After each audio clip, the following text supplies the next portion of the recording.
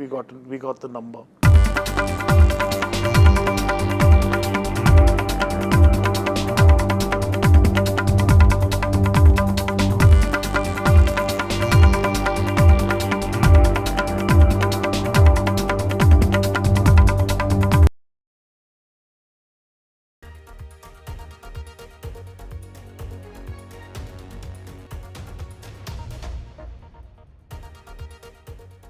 A very good morning. You're tuned into World 24/7 with me, Arjun Samar Mahindran. And here are your global talking points this Tuesday morning. Trump pushes for land swap deal with Russia ahead of Alaska summit. Hopes to get back prime territory for Ukraine. Trump adds Putin-Zelensky meet is the next step. Trump elongates trade truce with China, signs order to extend China tariff truce by 90 more days.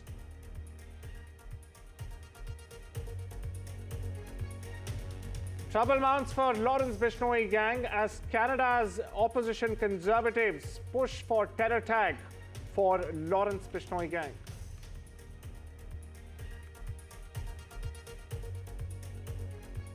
UK adds India to its deport now, appeal later scheme expands deportation list from 8 to 23 countries.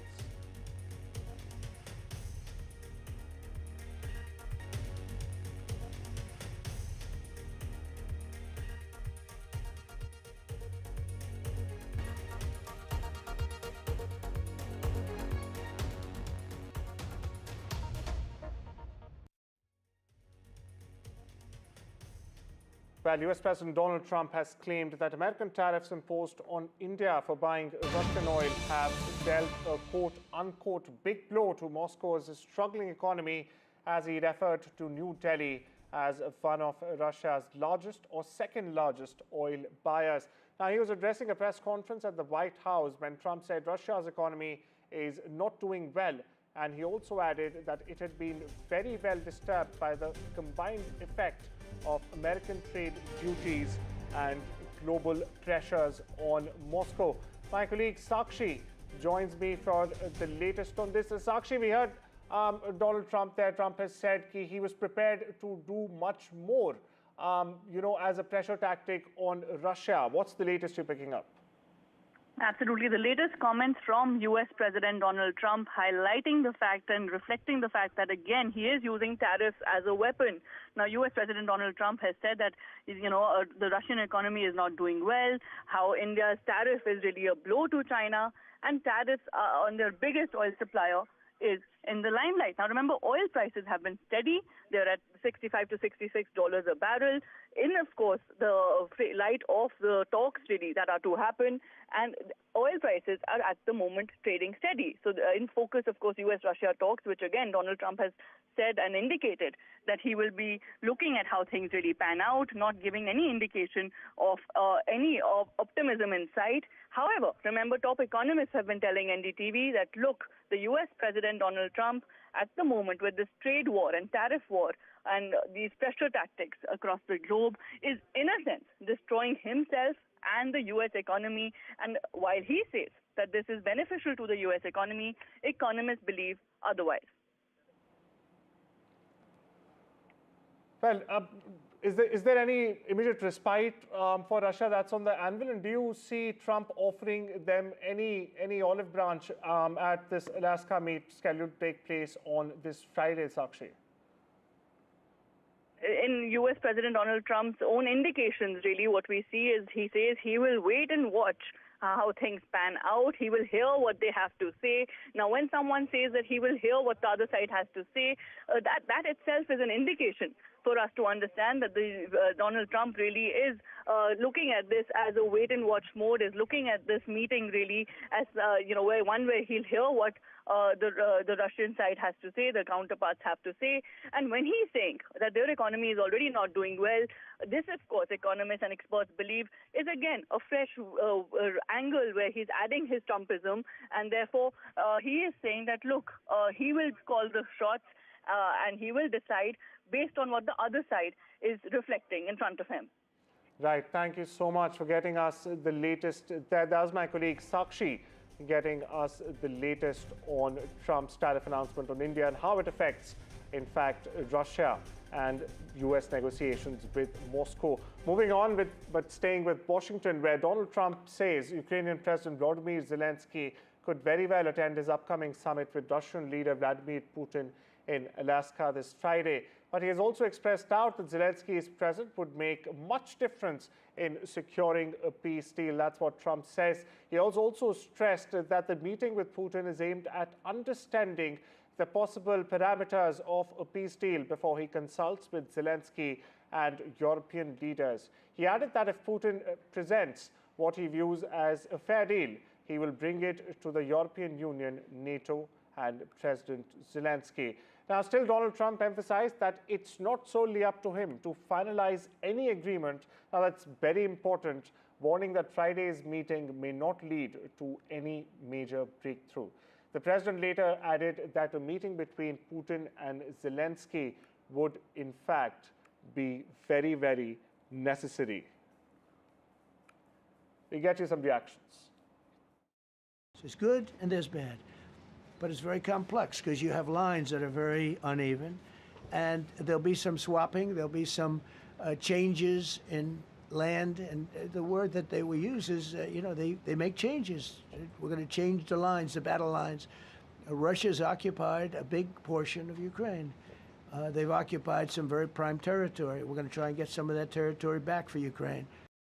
Next meeting will be with Zelensky and Putin, or Zelensky and Putin and me. I'll be there if they need, but I want to have a meeting set up between the two leaders. I was a little bothered by the fact that Zelensky was saying, well, I have to get constitutional approval. I mean, he's got approval to go into war.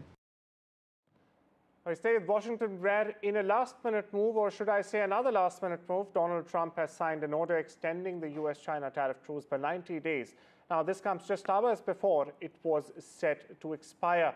According to U.S. media, this extension pushes the deadline to early November now, delaying higher tariffs on Chinese goods for 3 more months. Now, Trump praised ongoing talks with China, calling relations with President Xi very good, while China urged continued cooperation on fair and equal terms. Now, this truce, first agreed on May, has been shaky, with tensions flaring in recent trade meetings across Europe, as we saw in July when both the teams met. But for now, U.S. tariffs on Chinese goods remain at 30%, while China keeps the rate at 10%. Meanwhile, the full text of Trump's new order has not been released as of now, but for now, the clock is ticking once again with a new 90-day timeline. Now, the U.S. has also designated the Balochistan Liberation Army and its armed wing, the Majid Brigade, as a foreign terrorist organization. They've cited deadly attacks, including a March train hijacking that killed 31 people. Now, but this time, the very timing of this decision is, however, raising questions. Now, this comes just weeks after the Trump administration announced a joint oil exploration deal with Pakistan. And what were they targeting? Well, they were targeting Balochistan. It's a region rich in untapped reserves. Now, as global powers race to secure energy and critical minerals, Balochistan sits at the center, at the very center. It's a volatile, resource-rich, and a deeply contested piece of land. And to shed more light on this, I'm joined by Glenn Carl. He's the former CIA Deputy National Intelligence Officer for Transnational Threats. Mind you, thank you so much for making the time and joining us this morning, Carl. My first question to you now, is the U.S. using terrorism designations to, in fact, legitimize energy-driven intervention in Balochistan? Because we've been seeing what's been happening with China and its CPEC project in Balochistan. I think you are wise to link the two events. I don't think that the United States under Trump is doing this because it's discovered all of a sudden that a terrorist organization is in fact a terrorist organization. This is a way to curry favor with Pakistan, it seems quite clearly. A follow-up question for you here, and first of all, thank you. Second of all, could these foreign oil deals also deepen this conflict in a region, as we know, it's already resisting external control. That's why I mentioned China to begin with. Well, China, really, the United States is interested in Pakistan, I would say, first, from a geostrategic perspective, as a way to attempt, at least, to counter China's influence. The U.S. doesn't want Pakistan to continue sliding ever closer to Beijing and Beijing's sphere of influence, and wants to have some way, the United States does, to have some leverage and an in, really, with Pakistan. Now that the United States is no longer involved directly in Afghanistan, Pakistan has been much less significant.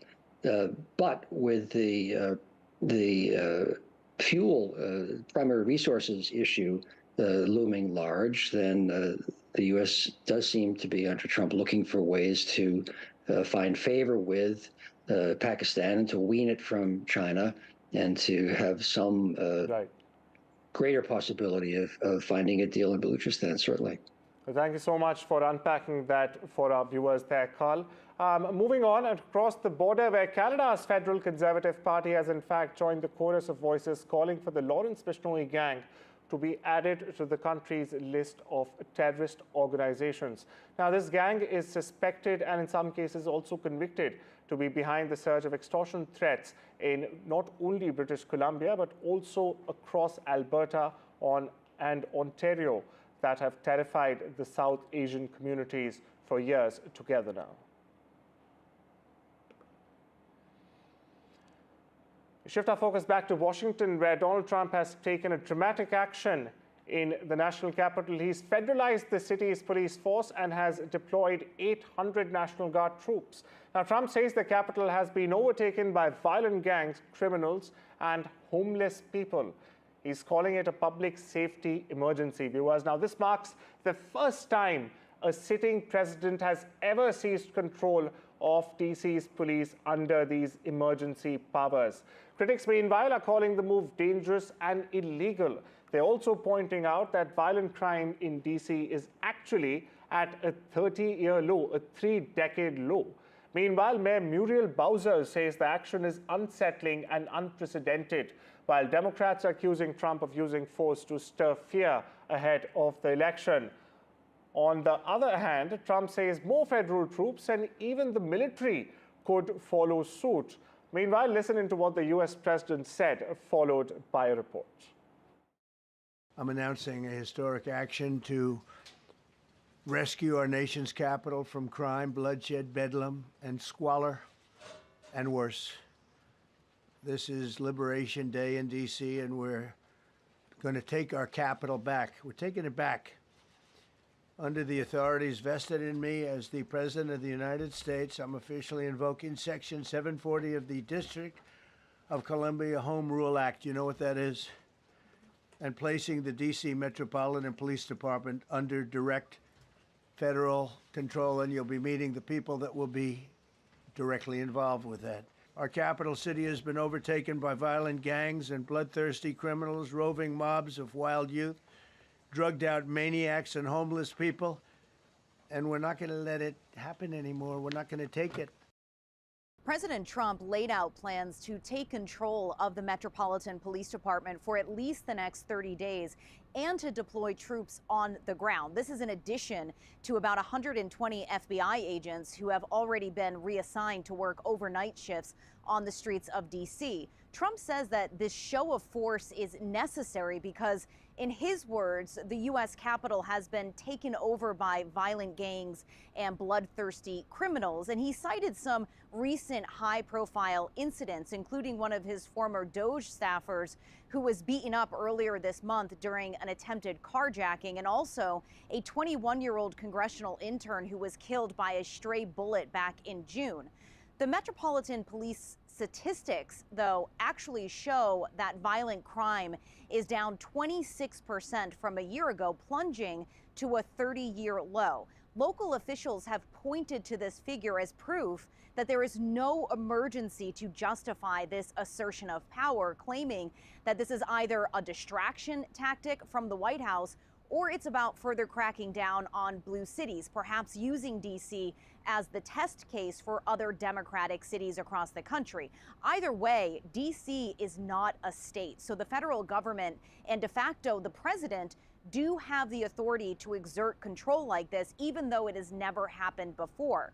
Deploying military troops is also allowed, but exceedingly rare. It's usually only used during emergencies, things like riots, mass protests, or natural disasters. Although President Trump has done this before, most recently deploying National Guard troops and active duty Marines on the streets of Los Angeles to quell protests over his immigration policies. The other thing that Trump has vowed to do is to purge homeless people from the city. There are about 3,000 of these individuals, although he hasn't said exactly where these people will go, except to say far from the capital. Tony Waterman, NDTV, Washington. We shift our focus back to India, where in an exclusive interview with NDTV's very own Gauri Dwivedi, Israel's ambassador to India, Reuven Azar, discussed PM Netanyahu's plan to seize Gaza City, threatening the future of 1 million Palestinians. Now, this follows Israel's security cabinet approving a new ground offensive to, in fact, take full control of Gaza's largest city, sparking global outrage. Ambassador Azar, meanwhile, declared that Israel will take over the entire Gaza Strip if it deems so. Listen.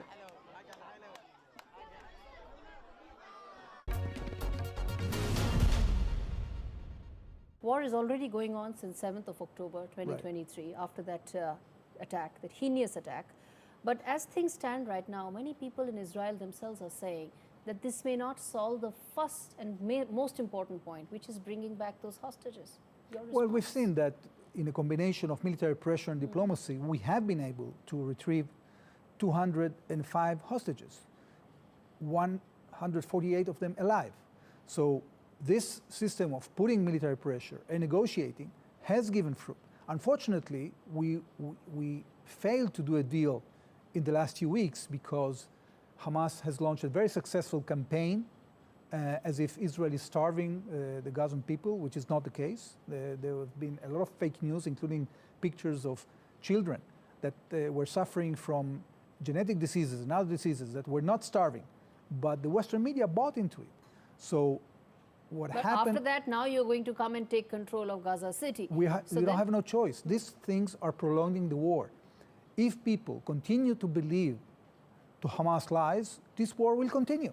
So we have to be in a situation in which we get rid of Hamas rule. I think that no reconstruction of Gaza and no serious future for Gaza can happen as long as Hamas is there. Today we are also talking on a day when there have been journalists that have been killed. The organization is somebody that I don't speak much about, simply because they have a very strong agenda against India. But I want to speak about the journalists. Those 5 journalists have been killed even before those massive ground ops have actually begun. Many say, is this a precursor to what lies ahead? Because this is what Israeli ground ops inside Gaza City will be all about. More civilian casualties, more media and more journalists being attacked and killed in the entire process. Your response? Gauri, this is another example of the deceit that is coming from Hamas. We have targeted a terrorist whose name is Anas al-Sharif, who was a listed member of the Hamas military wing and a commander of a cell in Jabalia. And this guy, who was also an Al Jazeera journalist, was military trained by the military wing of Hamas. So Hamas is disguising itself as journalists, as medical teams, as aid workers, in order to try to deceive the international community. Each time they put their terrorists, we have to be, by now, after 22 months, people have to understand. Yeah.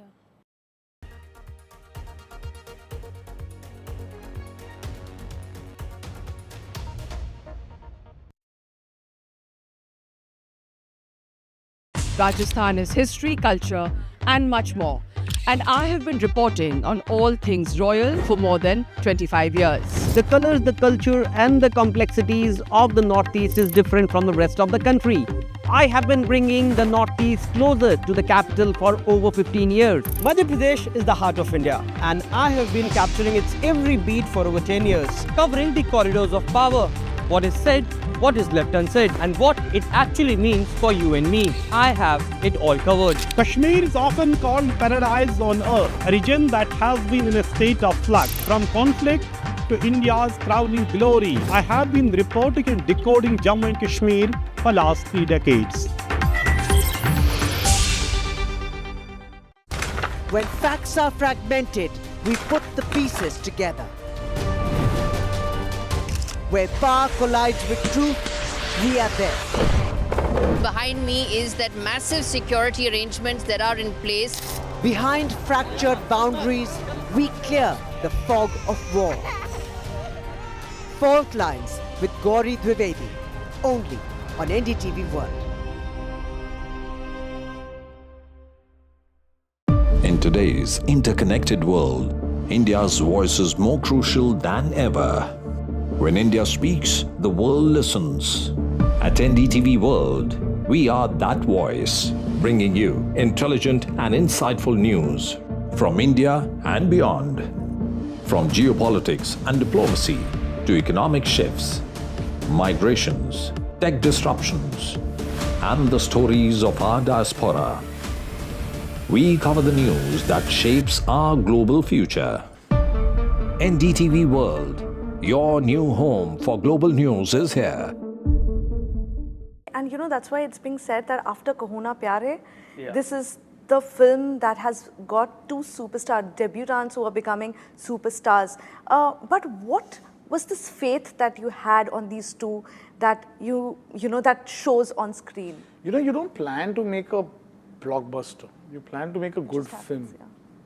And that's what I think they never let me, they didn't put that pressure on me to live up to. They never gave me a number that we have to hit or a so-called figure that I have to open to. There was all these trappings were just not there, which normally producers do end up putting that pressure. Then you make wrong things. Then you add a song for a shadi song, add a Punjabi song. All these trappings were not there in this film. They were like, just go there and make your film. Do this script. We love this script and make it honestly. And I think the minute that happened, a filmmaker I could just spread my wings and just go out, not worrying about a few. I think when you do that, you get a little more fearless, and then that's what got picked up by people. So I cast appropriate for the film. I didn't cast thinking. I cast what felt right. You were saying that you are going to say no to him. Yeah. But that's his fault. Huh? He was now that we can talk about the film, Krish Kapoor cannot be a timid, sweet boy. Yes, sir, how are you, sir? Last time we spoke. Yeah, and I was like, what is this guy? He was a sweet boy. And then by the end of the night, I could see the boisterous self, and I could see the Krish Kapoor who could stand on top and say, don't forget this name, it's Krish Kapoor. So I think I was looking for that a bit. I needed a spark of that.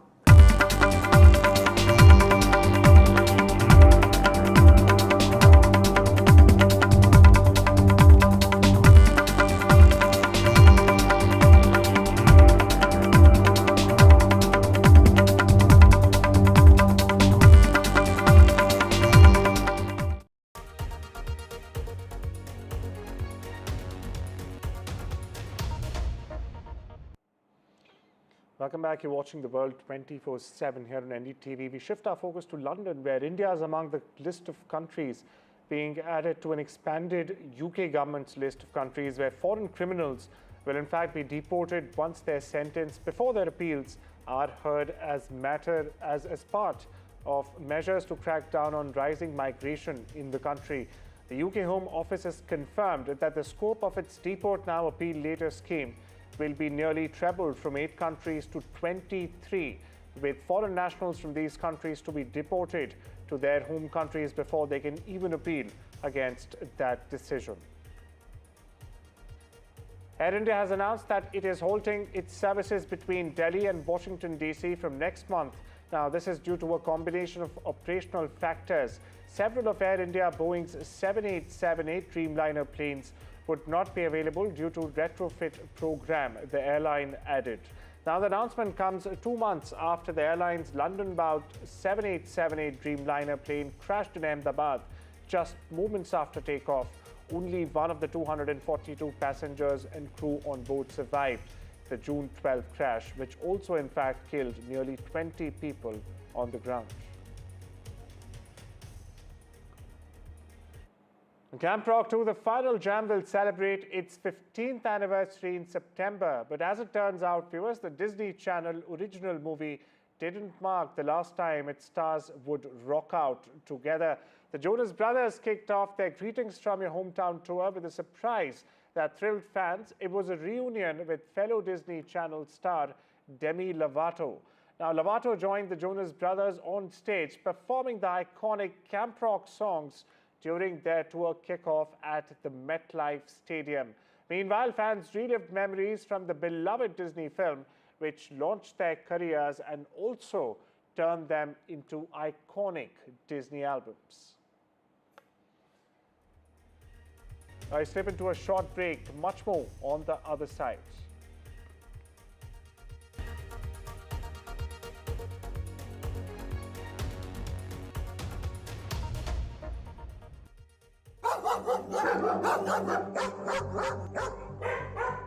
एक dog ने उसका पैर पकड़ के उसको गिराया. There is a stray dog bite, stray dog attack. Who is responsible?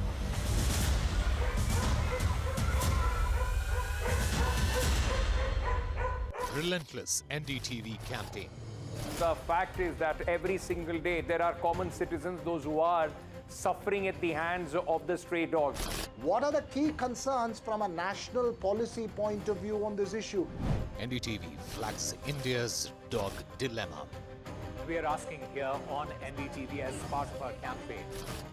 Policymakers back safety campaign. I welcome this. We have no policy. Time for stray menace solution. A massive NDTV impact. तो NDTV को भी बधाई देना चाहता हूँ, आपने जनता से जुड़ा हुआ मुद्दा उठाया है. NDTV campaign spurs Supreme Court action. All stray dogs in the region must be relocated to shelters. Supreme Court orders end to stray menace. हमारा एक ही ध्येय है, दिल्ली की जनता को राहत देना. NDTV's solution-oriented campaign.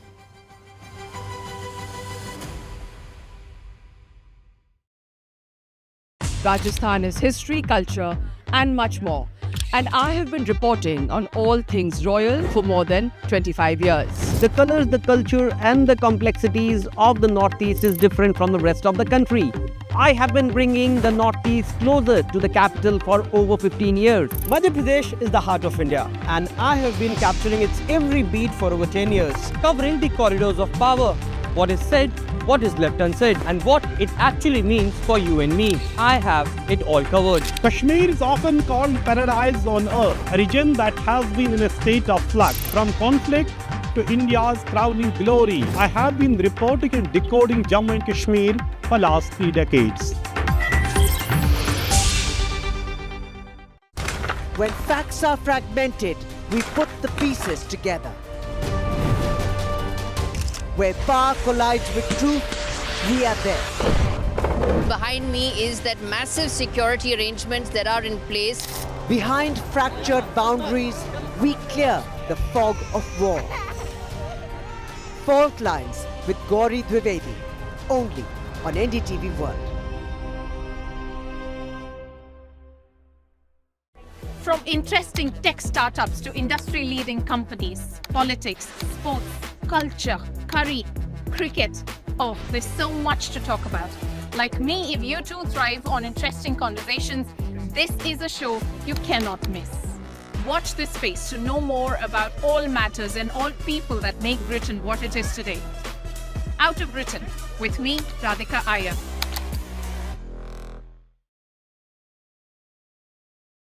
In today's interconnected world, India's voice is more crucial than ever. When India speaks, the world listens. At NDTV World, we are that voice, bringing you intelligent and insightful news from India and beyond. From geopolitics and diplomacy to economic shifts, migrations, tech disruptions, and the stories of our diaspora, we cover the news that shapes our global future. NDTV World, your new home for global news, is here. From interesting tech startups to industry-leading companies, politics, sports, culture, curry, cricket. Oh, there's so much to talk about. Like me, if you too thrive on interesting conversations, this is a show you cannot miss. Watch this space to know more about all matters and all people that make Britain what it is today. Out of Britain, with me, Radhika Iyer.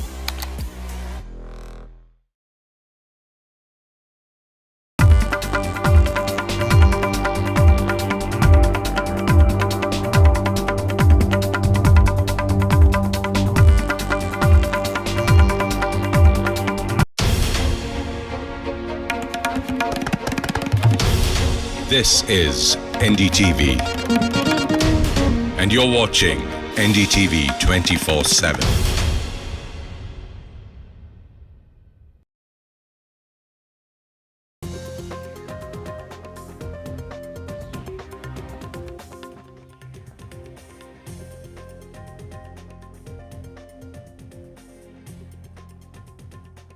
A very good morning. You're watching NDTV 24/7. I'm Divya Vasa. We have a whole lot lined up for you, including Karnataka Minister Rajana, who has been dismissed from the cabinet. He says he's going to be meeting with Rahul Gandhi as well as KC Venugopal in order to clear the misunderstanding. We'll get you the details. First, the headlines. It is the Karnataka Minister, Rajana, who's gone on to say that he'll be meeting with Rahul Gandhi as well as KC Venugopal to clear the misunderstanding. Says he's a victim of a big conspiracy, and that that is what really led to his dismissal.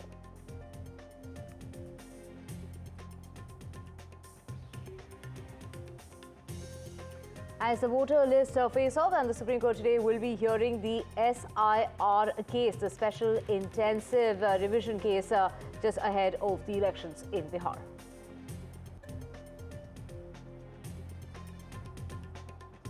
And it's the Bengal government versus the poll body over electoral rolls. The Election Commission wants suspension of 4 officials, while Bengal is refusing to do that.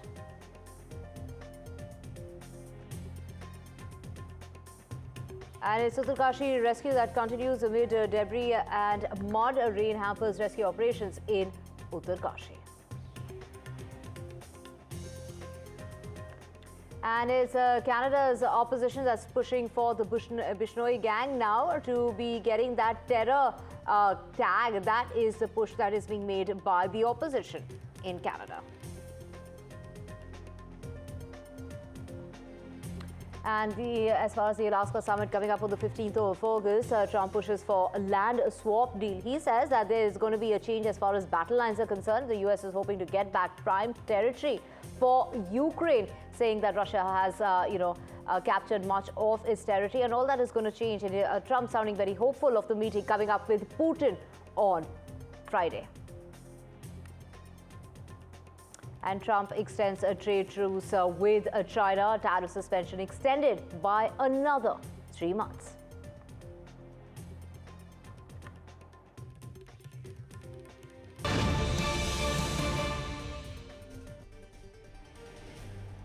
And let's get you the latest when it comes to Congress versus Congress in the state of Karnataka and the rift that has burst open. We're talking about Minister Rajana, very close aide of Siddaramaiah, who has been dismissed from the cabinet. He's gone on to say this has been a big misunderstanding. He's going to be meeting with Rahul Gandhi as well as KC Venugopal in order to clear and clarify this misunderstanding. He's also gone on to say he's a victim of a big conspiracy. And do remember, this is because of the remarks that he made over Rahul Gandhi, and that is on the voter allegation, and that is what's gotten him into trouble. Let's listen in to the minister.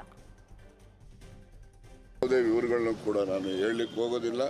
ಈ ಒಂದು ರಾಜೀನಾಮೆ ಅಥವಾ ವಜಾ ಮಾಡಿರ್ತಕ್ಕಂಥದ್ದು ಅಥವಾ ಕೈ ಬಿಟ್ಟಿರ್ತಕ್ಕಂಥದ್ದು ಯಾವುದೇ ಪದ ನೀವು ಹೇಳಿದ್ರೂ ಕೂಡ, ಆದರೆ ಇದರ ಹಿಂದೆ ಒಂದು ದೊಡ್ಡ ಷಡ್ಯಂತ್ರ ಪಿತೂರಿ ಎಲ್ಲ ಇದೆ. ಈ ಪಿತೂರಿ ಷಡ್ಯಂತ್ರ ಯಾರು ಮಾಡಿದ್ದಾರೆ, ಏನು ಮಾಡಿದ್ದಾರೆ, ಏನೇನು ನಡೆದಿದೆ, ಎಲ್ಲೆಲ್ಲಿ ಯಾವ ಯಾವ ಮುಖಂಡಗಳ ಜೊತೆ ಏನೇನು ನಡೆದಿದ್ದಾವೆ ಅವೆಲ್ಲವನ್ನು ಕೂಡ ಕಾಲ ಬಂದಾಗ ನಾನು ತಿಳಿಸ್ತೇನೆ. ಕಾಲ ಬಂದಾಗ ತಿಳಿಸ್ತೀನಿ ಅಂತ ಹೇಳಿದ್ದೀನಿ. ಈಗ ನಾನು ರಾಹುಲ್ ಗಾಂಧಿ ಅವರಿಗೆ, ನಮ್ಮ ಅಧ್ಯಕ್ಷರಿಗೆ ಮತ್ತು ವೇಣುಗೋಪಾಲ್ ಅವರಿಗೆ ನಾನು ಏನೆಲ್ಲ ಅವರಲ್ಲಿ ಒಂದು ತಪ್ಪು ಗ್ರಹಿಕೆ ಆಗಿದೆ ಅಂತಕ್ಕಂಥದ್ದು ನನಗೆ ಮಾಹಿತಿ ಇದೆ. ಆ ತಪ್ಪು ಗ್ರಹಿಕೆಯನ್ನು ನಿವಾರಣೆ ಮಾಡಲಿಕ್ಕೆ ನಾನು ಅವನ್ನೆಲ್ಲರೂ ಕೂಡ ಭೇಟಿ ಮಾಡಲಿಕ್ಕೆ ದೆಹಲಿಗೆ ಹೋಗ್ತೇನೆ. ಇನ್ನು ನಮ್ಮ ಎಲ್ಲ ಹಿರಿಯ ಸಚಿವರುಗಳು, ಶಾಸಕರು ಕೂಡ ಹೋಗ್ತೀವಿ. I don't know about it. My party will be looking at everything. My party will be looking at it. On what contest decision has been taken, you all know about it. I don't want to comment on that. We all have to bow to the decision of the party high command. Rajanna का जो resignation है, he is a senior minister in the Siddaramaiah cabinet. He has said that the एलिज्ड voter theft or